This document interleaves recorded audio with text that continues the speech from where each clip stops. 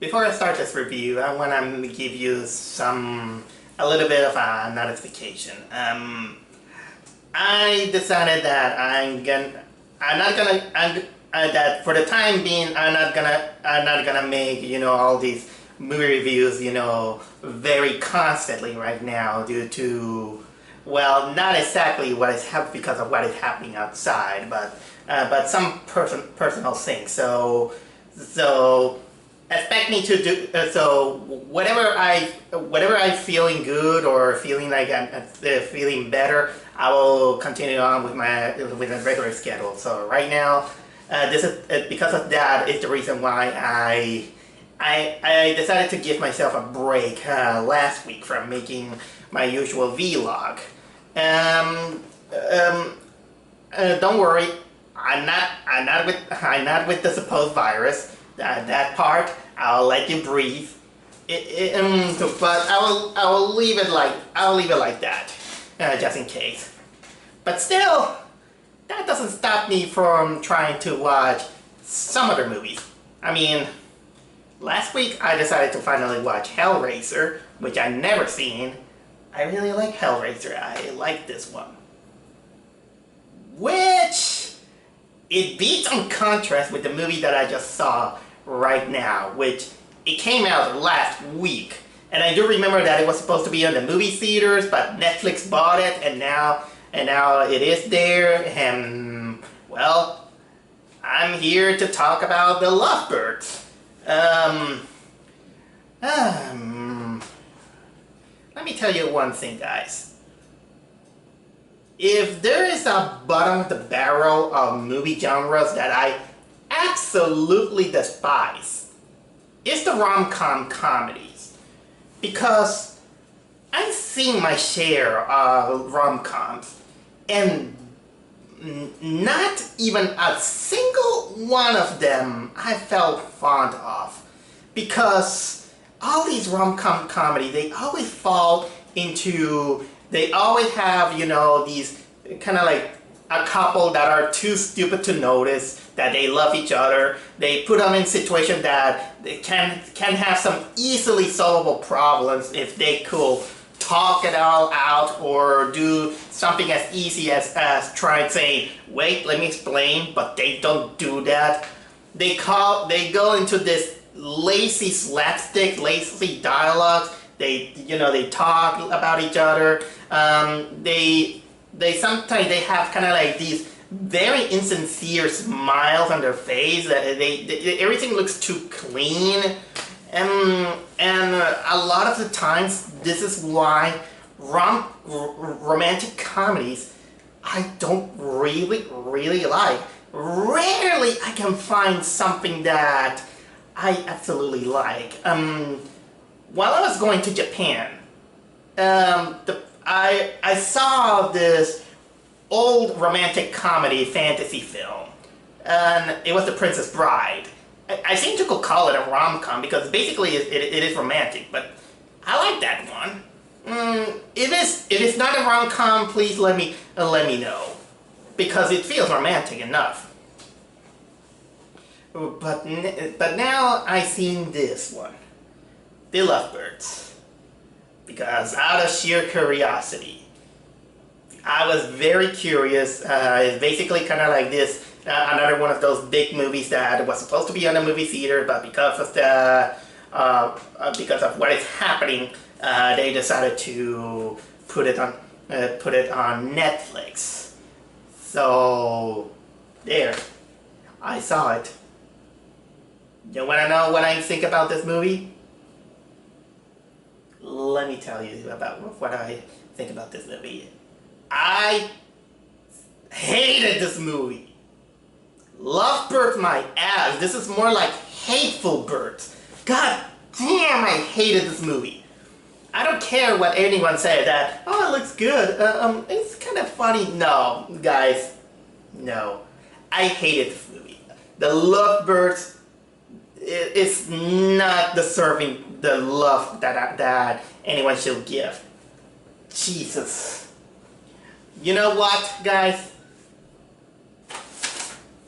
I bought myself, in order to ease some of the things that are happening with myself and of course the world, I decided to buy Dragon Quest XI. I'm enjoying this game.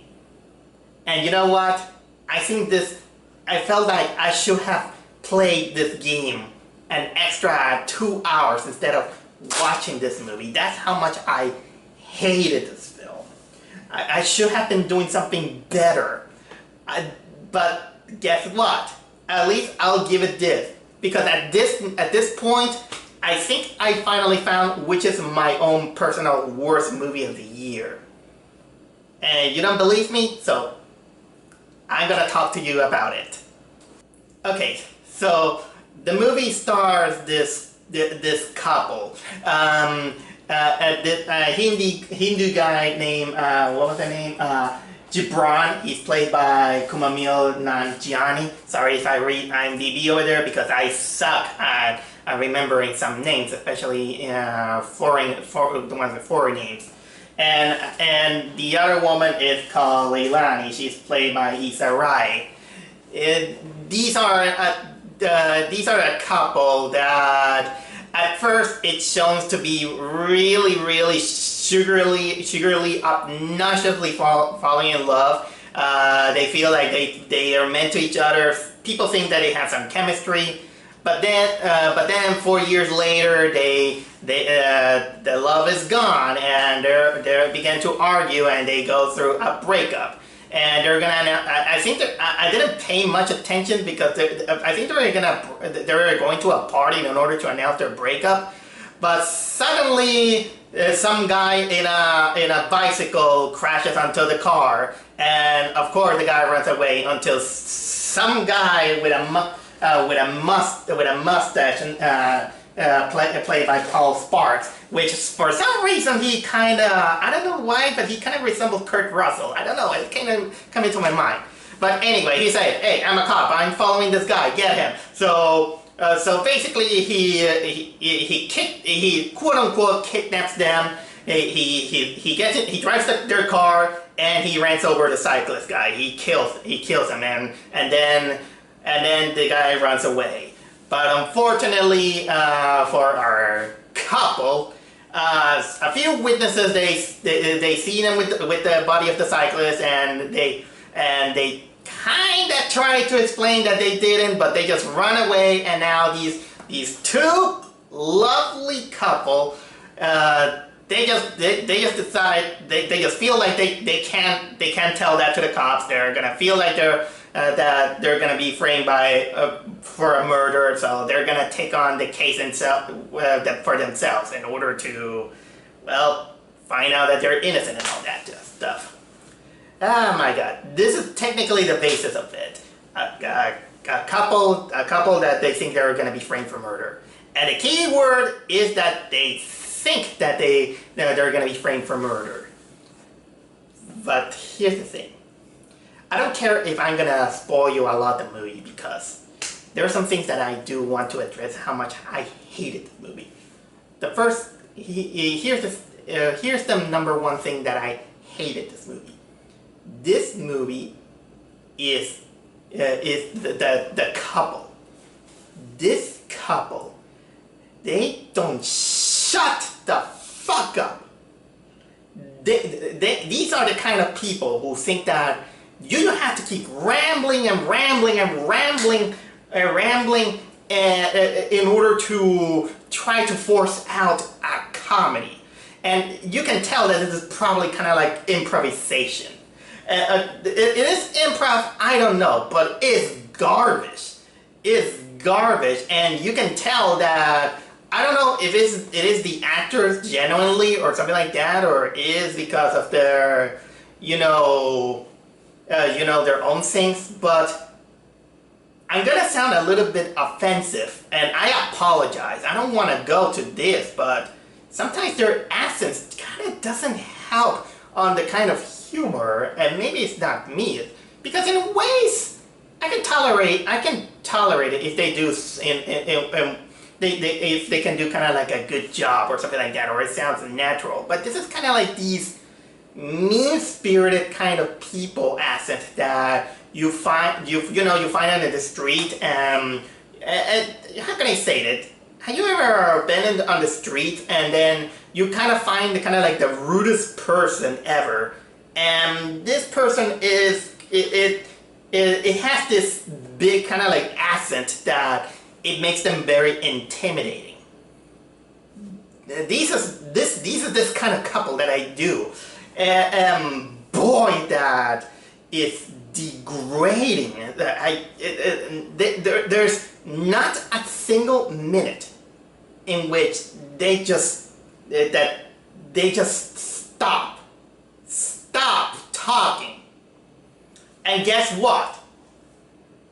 That is key to the plot, because if these idiots they didn't stop talking, and they will say, hey, I'm sorry, but we were kidnapped by this guy who told us that he's a cop, and he killed this guy, so we're more witnesses than murderers. This could have shown that this movie belongs kind of like in a world that has a little bit of real life, but who am I kidding? In rom-coms, the IQ level, they have to go a little bit too down, and man, I couldn't stand them. So much that I didn't give a shit about their problems. Apparently this trying to solve a murder and a conspiracy is basically their solution to their breakup. Imagine that. Okay, what else I can say? Cinematography is pointless to talk about it. It's pretty basic. I'm not gonna say that it's horrible. I've seen worse cases, but it's not kind of worth talking about. I did already told you that some of the writing and even some of the side characters are technically very awful in the most stereotypical trashy people style of comedy, in which sometimes I think that this is the perfect example of how, and I'm sorry to say this, how rich people think how stereotypes of middle class people act sometimes.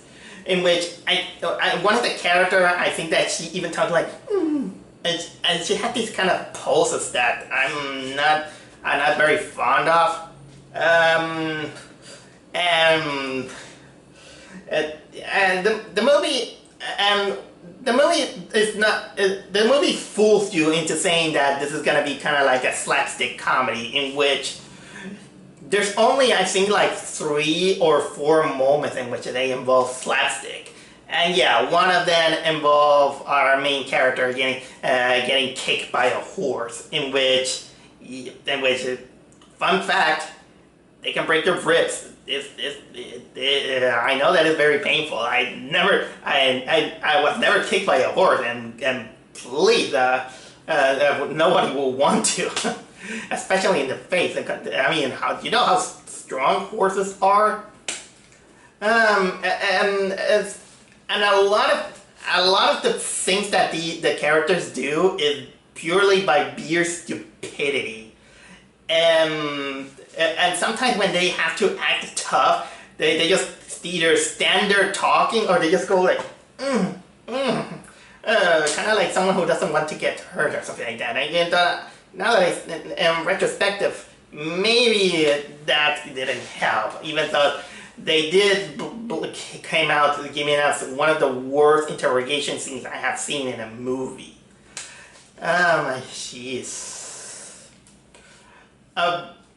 There is one moment on this movie in which that one actually caught a little bit of my interest, but I wish that this one could have been done more. Sorry about that. In which basically while the character were looking for clues, and they they ask a friend to hack a phone, and then they find out that one possible clue that will lead them to the mustache guy, the Kurt Russell lookalike guy. They have to infiltrate apparently this kind of like this cult, which from how they go around in their meetings and all this stuff, it's kind of almost like between the Illuminati and this cult member from the second movie of The Purge.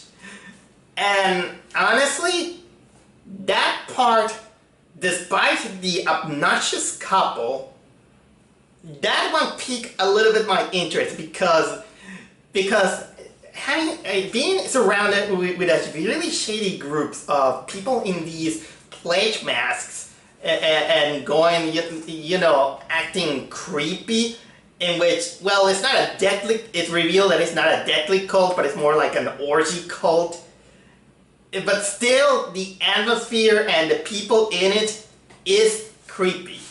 I admit that probably this is technically my only highlight that I'm gonna give about this movie.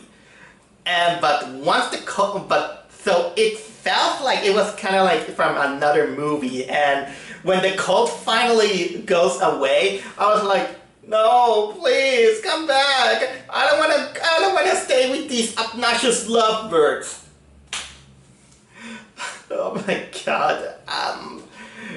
And yeah, without telling you much, the problem technically solves itself if you have kind of like common sense and knowing that we live in a generation in which the streets are now recorded with hidden cameras and all these things. But who am I to blame? They had to find a way to make a movie of here's a tip.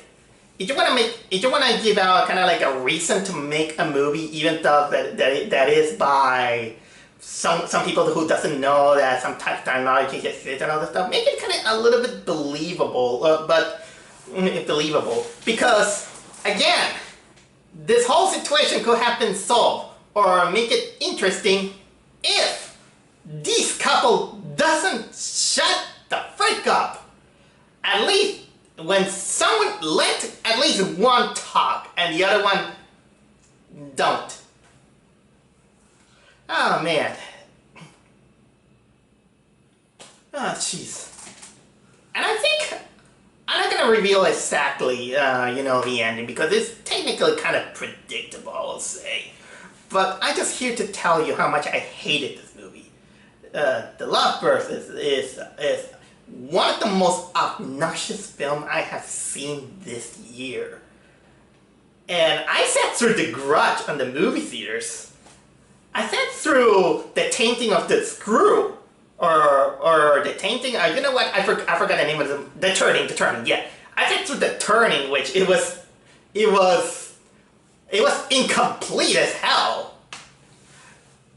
I sat through Scoop, which okay, that wasn't technically a bad movie, but it was really, really disappointing and really soulless. And I sat also through Trolls World Tour, which I thought that Trolls was gonna be obnoxious with their candy color thing. But congratulations, Lovebirds! You got the award of the most obnoxious movie I have seen this year. And you know what? This couple, you guys are obnoxious. The movie even is aware of it. You kind of deserve each other. Because I can tolerate obnoxious characters, and I like some obnoxious characters that are really, really likable. But this one was technically a testing of my patience. So, that's it. No love for this movie for me.